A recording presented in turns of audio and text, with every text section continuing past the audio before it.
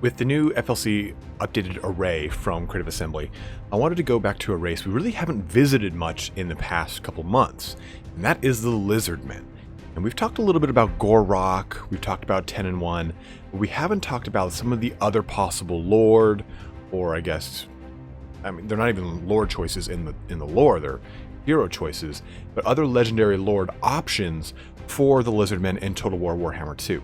Now, I know for any of you that are playing Lizardmen or Skaven predominantly, you're in kind of a low morale position right now, is knowing that, hey, your Lord pack isn't coming until 2019, and the FLC array kind of shows that our next DLC or FLC Lord looks to be like it's probably going to be Dark Elves from what we can see from the background image that Creative Assembly just released not too long ago. Now, the options for Lords is pretty small. The only other Lord, aside from Mazdamundi and Krokgar, is 10 and 1. There is Lord Kroak, but I think Lord Kroak might be a future FLC or DLC Lord, because he's kind of like one of those, Deus Ex Machina Lords, comes in and just kind of crushes everything because he knows all the magic of all the world because he's so goddamn old. So I think that Lord Kroak is a little too similar to Mazdamundi. But, I've been proved wrong before. I thought that, what's her name? Ethel Lauren, the Ever Queen, would have been a little too similar to Teclis. But we've seen that the campaign mechanics and both the Lord mechanics, or Lord and Lady mechanics of those two Lords are drastically different. And they play very differently amongst the High Elf Lord choices. So maybe Mazdamundi and Lord Kroak being in the game is not a bad idea, and they do have ways to make them entirely different.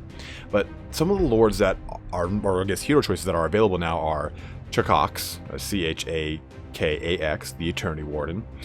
We already talked about 10 and 1. There's Teto Echo, who's the Astromancer of the Constellations, basically just a skink priest. Tic-Tac-Toe, which is who we're going to actually talk about today. Then Hexoatl, and he is a chameleon. Legendary hero lord, whatever you want to consider him. But Tic-Tac-Toe, I think, presents a lot of interesting options for the Lizardmen as far as a lord choice, as well as campaign mechanics. So today we're going to talk about Tic-Tac-Toe, the Master of Skies. When it comes to aerial combat and leading bold hit-and-run attacks, the skink known as Tic-Tac-Toe has no peers. Atop his particularly fierce pterodon, Swoop, Tic-Tac-Toe leads his squadron of flying reptiles on reckless paths through dense vegetation or steep-sided valleys so narrow that the pterodons touch the edges with each flap of their mighty wings. This and more has Tic-Tac-Toe dared in order to surprise an enemy, strike a vulnerable flank, or isolate the perfect target for the rock-dropping attack run of his bloodthirsty formation of pterodon riders. For his countless acts of fearless flying and his savage attacks on the Lizardmen's foes, Tic-Tac-Toe has been named Master of Skies for Hexoatl. To be named Master of Skies is a preeminent position among skink chiefs, answerable only to the skink priests and Slann mage priests themselves. In Hexoatl, it is tradition to gift this highest rank with wonders from the treasuries. The scintillatingly bright Mask of Heavens, an heirloom from an elder age, triple blessed to the skink priests, and the fearsome Blade of Ancient Skies, a formidable weapon bristling with jagged-edged tips. Due to his role, Tic-Tac-Toe spends long periods of time outside of the Temple City on patrols. There are a number of pterodon areas set throughout the jungles where the patrols can land, in half-deserted ruins amidst the floating islands that are tethered to the clouds by mystic chains, or any of the forts that are carved into the tallest of the jungle trees. With his sharp eyes, no patrol leader has picked out as many intruders or spotted as many rampaging beasts as Tic-Tac-Toe. The KG skink chief also has a keen sense of when to strike, and has been known to lead his patrols to victory against forces many times the size of his own, such as when he broke the Blue Viper savage orc tribe by having his pterodons snatch up the greenskin warboss. The orcs below howled with rage to see their commander lifted thousands of feet into the air only to be let go. The unfortunate greenskins' high-pitched screaming and indignant death utterly broke the tribe's will to fight, and they scattered before the pterodons above. Perhaps most famously, Tic-Tac-Toe led the vital delaying action against the hordes of Vashnar the Tormentor. Many foes attempt to shoot Tic-Tac-Toe and his flight of pterodon riders out of the air as soon as they come within range. This is easier said than done, however, as the Master of Skies leads his formation in such breathtaking aerial maneuvers that they dodge through clouds of arrows, emerging unscathed to deliver their own lethal attacks. A little bit of a different, interesting, unique lord here, right? You've got this Skink Chief, which we don't have as any kind of lord option for the Lizardmen. Well, I only have 2 lord options as it is, but I'm not bitter. And I think that for them, it presents a very interesting option, a Pterodon rider.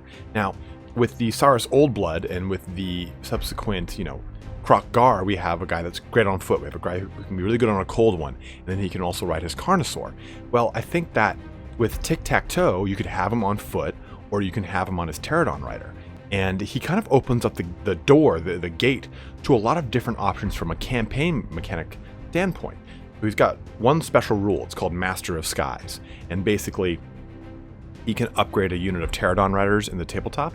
So what if, instead of that, he gave recruitment bonuses and benefits and upkeep benefits and bonuses, of course, to all sorts of Pterodon riders. If they were ever to add Ripperdactyls to the game, Tic-Tac-Toe would also lend a lot of those bonuses to them as well.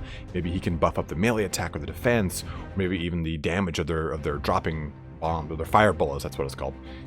Something that really kind of lends to being a lord or a campaign centered around the Pterodons. You want to have a really elite air force if you're going with Tic-Tac-Toe. And I think that would be really cool. And his magic items really lend to that notion. And I think that with the Lizardmen, we have a lot of different options.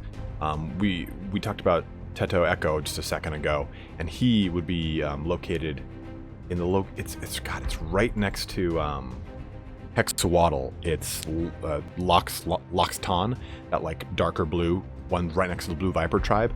So I don't think Tic-Tac-Toe would start there. That's obviously where Teto Echo would start, because he's from that city.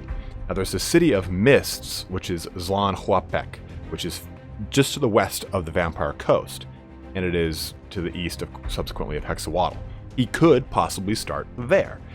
Tic-Tac-Toe, in his lore we read, he's the Master of Skies for Hexoatl, but we know that Hexoatl is the starting location of Mazda Mundi. So unless they wanted to make him start maybe somewhat further south of the Blue Viper tribe, the Blue Viper orcs in the jungled green mists, then that would be fine. That could work. It's just kind of interesting that we notice every single one of these lords has a vastly different starting location. So he invariably is going to have to have that in that different location. And if we look at all the starting locations on the map for Lustria, it gets pretty sparse around the kind of northwestern portion, so that does leave some options open for some of the downloadable or FLC. Someone had a really good point for it. I think it was FDC, free downloadable content. I think that was someone. Yeah, let's start calling it FDC. Yeah, I like that idea. So any of the DLC or FDC, boom, northwestern portion of Lustria would make a lot of sense, and Tic-Tac-Toe could make a lot of sense because that's right next to Hexoatl, and he kind of has a bit of a what's it called, a feud with the Blue Viper tribe. So there's at least an idea of where he could start and what his mechanics might be like. But what about his magic items? The nice thing about the Lizardmen, the magic items for the legendary heroes for the Lizardmen, is that they have a lot of them. So there's not a lot of reaching that Creative Assembly has to do with Tretch Craventail. Yeah, they used his little helmet, but they kind of do little reaching here and there. So with Tic-Tac-Toe, that's not the case. And this is why I think he'd be a really cool kind of answer to Air Force, because he's got a magic item called the Blade of Ancient Skies. The Blade of Ancient Skies was carved from the dense, fossilized jawbone of a monstrous skyborn predator that went extinct in ages long past. Basically what this does is it allows him to, he does no armor saves whenever he attacks, like almost every single magic weapon in the goddamn game. And he also gets bonuses when he's fighting against another flying unit. So what if this gave him bonuses flying against other units, or it gave him a free cast of Tempest so he could lock down a flying unit? So basically you choose this guy as your lord, is in your either in a campaign or in a multiplayer standpoint. You don't even need to take high magic, because if you're up against someone that does have that elite Air Force, because this gives you a free cast of Tempest, or at least you don't have to take Tempest. So it makes him a little bit more of a threat 2 other air forces, and he makes that Master of the Skies title a little bit more true to form. And I think that's pretty cool. I think that having him either getting an innate bonus against stuff in the sky, like any kind of aerial combat gives him plus melee attack or plus weapon strength, whatever it is. It gives him I'm sorry. He receives a bonus to hit, which would be melee attack in Total War Warhammer. So maybe they did that. So his Blade of Ancient Skies either has an activatable ability, kind of like we see with Killing Blow, that gives you a massive bonus, or maybe again it's just a bound version of Tempest, both of which could be very cool and make him a little bit more of a threat. So if you are against High Elves per se, and you're in a quick battle scenario, someone chooses High Elves, okay, well shit, I'm Lizardmen, maybe they're gonna pick a Air Force against me. Well, I can take Tic-Tac-Toe and counter that Air Force, which is really cool. Or even if you're playing in the campaign and you're moving up north towards Dark Elves, or you're moving northeast into Ulthuan, you're going to want to have something that's going to combat their dragons. Tic-Tac-Toe is a great choice. So, Blade of Ancient Skies, really cool. Now, he has another magic item here called the Mask of Heavens. This mask allows the wearer to meld his consciousness with the minds of the mighty pterodons. Dominating the will of the beasts, Tic-Tac-Toe and his pterodons fly through the jungle as though they were a single entity, dodging trees and enemy arrows and striking the foe with all the skill possessed by their skink master. Basically what this means is anyone who's shooting at the pterodons or attacking the pterodons has a -1 to hit penalty in tabletop. But I could see this very similar to maybe even Leon Leoncoeur's shield, where it confers a bonus to missile resistance and magic resistance around him, as these guys kind of dart and shoot through the air. That'd be kind of cool, I think. Or maybe it's something that helps out with the leadership and the rampage mechanic of the pterodons as a whole. I think that having abilities on some of these legendary lords, heroes, what have you, that helps combat the innate rampage ability of some of, say, the feral carnosaurs, the feral pterodons, would be pretty cool, because I think it's not feral pterodons, feral cold ones. I think it would be a really cool way to kind of say, okay, we understand that we have to deal with that feral portion that is innate into these cheap, low-cost units that do have a pretty good shock value to them. But if I take this lord, I'm kind of committing 100%, like going all in on those, so I get the rampage mechanic wiped clean, so they can be a little bit more effective for my army, but only if I choose that one route. But at the same time, it makes it easy to counter. So you kind of have a balance in that, sure, you're going so deep into one thing, any of the feral things, but you get an immediate counter with that in the sense that someone could, okay, this guy's going Lizardmen, I know that he's probably going to choose this lord, which means he's going to have access to this, make these things less rampage, I can counter that with this. So it does leave the gate kind of open. But from as far as a campaign mechanic, I think that having Tic-Tac-Toe be this kind of Air Force related Lizardman lord makes a lot of sense, and it makes it kind of fun, because yeah, sure, we have the pterodons, but Tic-Tac-Toe could be released alongside, again, the Ripperdactyls. The Ripperdactyls are a bit different than the pterodons. We've talked about them in our Legendary Lord video, but the Ripperdactyls are kind of like that combat variant versus the pterodons, which are the kind of, oh, we're gonna drop bolas on you, we're gonna be a little bit more ranged, whereas the Ripperdactyls have these gigantic beaks, they just get up close and personal and want to rip your face off. They're the epitome of air cavalry for the Lizardmen, and I think that adding them to this game would be really fun, especially if maybe that was an option for a mount with Tic-Tac-Toe. I know that we talked about Swoop and how he is a pterodon, but you can just as easily pop him on a Ripperdactyl. I mean, in the tabletop, you can't ride Zlock for Mazdamundi, so there's all sorts of options that Creative Assembly can do to really kind of spice him up as a lore choice. And we've seen plenty of times, Helmengorst, and Tresh Raventail, that Creative Assembly is not want to choose a hero as a lord option. So I think that they're going to have to start using lore or heroes for lords for the Lizardmen, especially because after 10-1, one of the most, I guess you could say, fan favorite Lizardman lords is Gorok, and Gorok is a legendary hero, of course. He's not a lord. So plenty of options here for the Lizardmen, and we'll talk about more in some coming videos here. But as always, guys, thanks for watching here today. We got plenty of goodies coming out. On Friday, we have our Primarch video for Angren coming, finally. I know that was a long time coming, but it is coming out. We got another Nightly Order video. We're going to have some quick battles with Turin throughout the week. So Stay tuned throughout the week, guys, for some goodies coming your way. Thanks for watching, as always. Don't forget to like and subscribe. I'm going to be putting a lot more effort into my Patreon.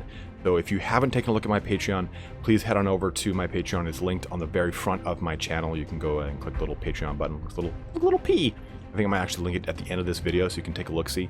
But I'm going to be sprucing that up and putting some more awards towards my Patreon members and kind of updating the hobby portion of it. So if you want to follow along with me building my Blood Angels 40k army, you'd want to be a part of my Patreon so you can see the painting updates, the hobby updates, and my battles. Also, Turn and I will be doing 40k tabletop battles. Don't you worry about that, guys. But as always, guys, thanks for watching. Have a good one and take care.